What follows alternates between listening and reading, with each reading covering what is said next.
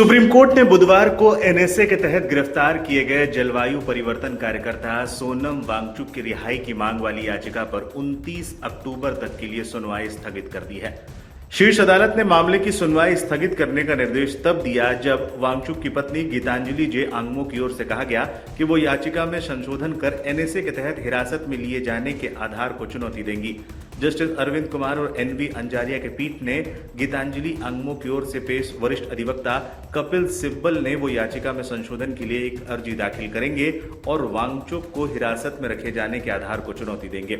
सोनम वांगचुक की हिरासत के मामले पर सुप्रीम कोर्ट में अब अगली सुनवाई 29 अक्टूबर को होगी। बुधवार 15 अक्टूबर को हुई सुनवाई में कोर्ट ने वांगचुक को अपनी पत्नी को लिखित नोट्स देने की अनुमति दे दी। वांगचुक की पत्नी गीतांजलि आंगमो ने याचिका दाखिल कर एनएसए के तहत उनकी हिरासत को अवैध बताया। बुधवार 15 अक्टूबर को जस्टिस अरविंद कुमार और एनवी अंजारिया की बेंच ने मामले को सुना।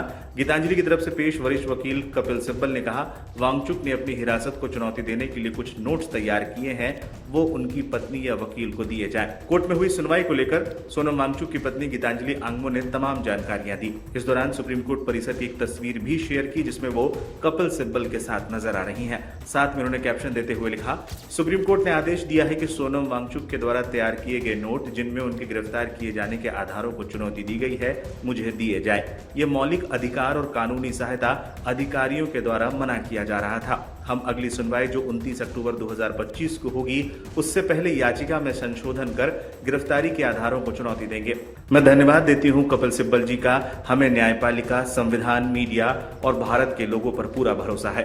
कोर्ट के आदेश के मुताबिक मामले में लेह के जिलाधिकारी और जोधपुर जेल प्रशासन ने भी जवाब दाखिल किया। लेह के डीएम ने कहा कि वांगचुक की गिरफ्तारी कानूनन सही है, इसके लिए संतोषजनक आधार मौजूद हैं। वहीं जोधपुर जेल प्रशासन ने कहा है कि वांगचुक के साथ जेल में अलग तरह का व्यवहार नहीं किया जा रहा। उन्हें बाकी बंदियों से अलग एक कमरे में रखा गया है, लेकिन उन्हें दूसरे बंदियों जैसे ही अधिकार दिए गए हैं।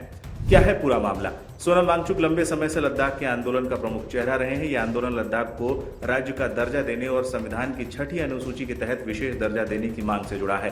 आंदोलन ने पिछले दिनों उग्र रूप धारण कर लिया था और इस दौरान कई लोगों की मौत हो गई थी। 26 सितंबर को उन्हें हिरासत में लेकर राजस्थान की जोधपुर जेल भेज दिया गया। उन पर पाकिस्तान की खुफिया एजेंसी से संपर्क रखने, विदेशों से अवैध चंदा लेने जैसे कई गंभीर आरोप लगे हैं।